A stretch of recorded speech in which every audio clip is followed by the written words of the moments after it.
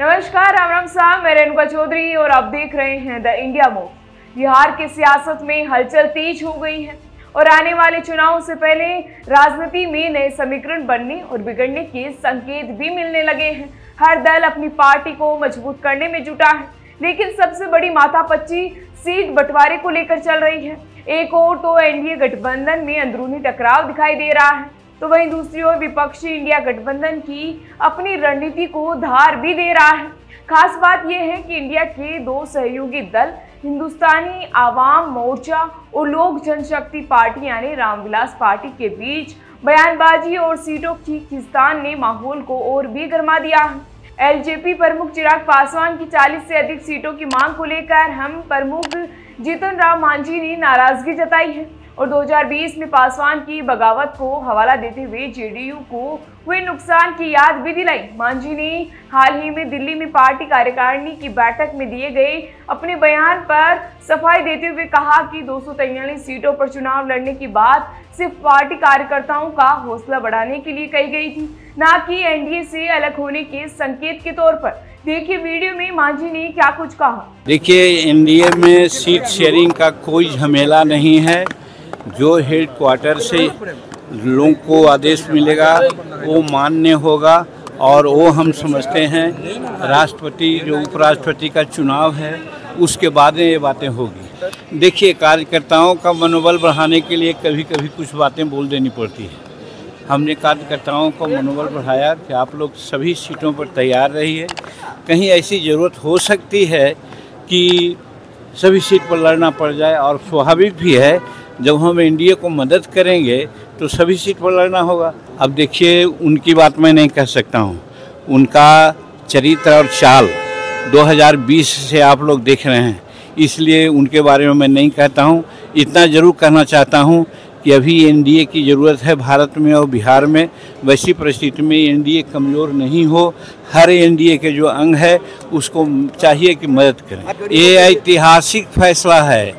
आज हम 46 वर्ष से राजनीति में हैं। इतना बड़ा सौगात गरीबों के लिए कभी नहीं दी गई थी, और ख़ास करके जब दिवाली और दशहरा मनाने जा रहे हैं हम लोग, उस समय आपने देखा है कि जो 28% का स्लेब था और 12% का स्लेब था उसको कर दिया गया है 18 और 5, और उसमें भी दर्जनों ऐसे जिनिस हैं जिन पर एक पैसा का भी जीएसटी नहीं लग रहा है, जीएसटी। तो इस तरह से नरेंद्र मोदी जी गरीबों के लिए जीते हैं, गरीबों के लिए मरेंगे, गरीबों के लिए बात करते हैं।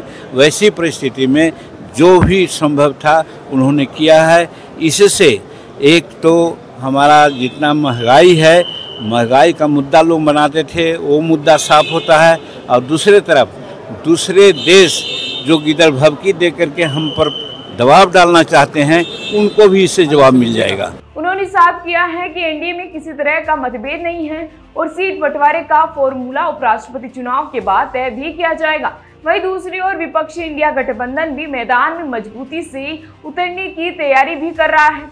तेजस्वी यादव की अध्यक्षता में हुई लंबी बैठक में कांग्रेस, राजद, वाम दलों और वीआईपी पार्टियों के नेताओं ने आगामी रणनीति पर चर्चा भी की। कांग्रेसी नेता वोटर अधिकार यात्रा को सफल भी बता रहे हैं और ये भी संकेत दे रहे हैं कि कुछ और दलों को भी गठबंधन में शामिल होने की कोशिश भी चल रही है, जिससे ये भी साफ हो गया है कि विपक्ष एकजुटता के साथ सरकार को चुनौती देने के लिए कमर भी कस चुका है।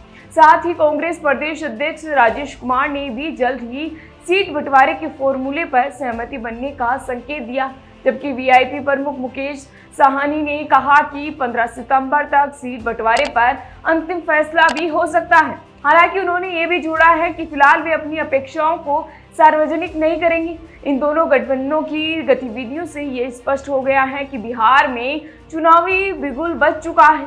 एनडीए जहां आंतरिक समन्वय साधने की कोशिश में है, वहीं विपक्ष जनता के मुद्दों को लेकर सत्ता पक्ष को घेरने की तैयारी में भी जुटा है। ऐसे में अगले 2 हफ्तों में बिहार की राजनीति के लिए बेहद अहम भी साबित हो सकते हैं, जहां न सिर्फ सीटों का बंटवारा तय होगा बल्कि ये भी साफ होगा कि कौन किसके साथ मैदान में उतरने जा रहा है। क्या एनडीए अपने मतभेद भुलाकर एकजुट रह पाएगा या विपक्षी इंडिया गठबंधन मजबूत विकल्प बनाकर उभरेगा? इसका जवाब तो आने वाले दिनों की राजनीति में छिपा है। फिलहाल इसी तरह की जानकारी के लिए बने रहिए हमारे साथ और देखते रहिए द इंडिया मूव्स।